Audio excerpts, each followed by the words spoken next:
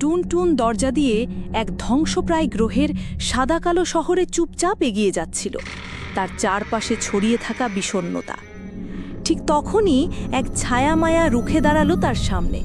সে রাগী কণ্ঠে বলল, রং ফেরাতে চাও, আগে নিজেকে বাঁচাও। এই বলে একটা কালো মায়াজাল তার দিকে ছুঁড়ে মারল। টুনটুন তার জাদুর ছড়ি তুলে ধরল, সোনালি আলো ছুঁয়ে ফেলল অন্ধকারকে, কিন্তু কালো মায়ার শক্তি বেশি ছিল। আলো ভেঙে গেল আর টুনটুন পড়ে গেল এক ধ্বংসপ্রায় বাগানে। সেই জায়গায় সে খুঁজে পেল এক ছোট্ট সবুজ, একটা আশার চারা।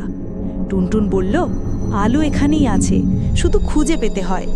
সে তার জাদুর ছড়ি ছুঁয়ে দিল একটা পাথরে, আর মুহূর্তেই পাথর থেকে বেরোলো নীল, সবুজ, লাল রং। ঠিক তখনই সেখানে হাজির হলো কালো মায়া।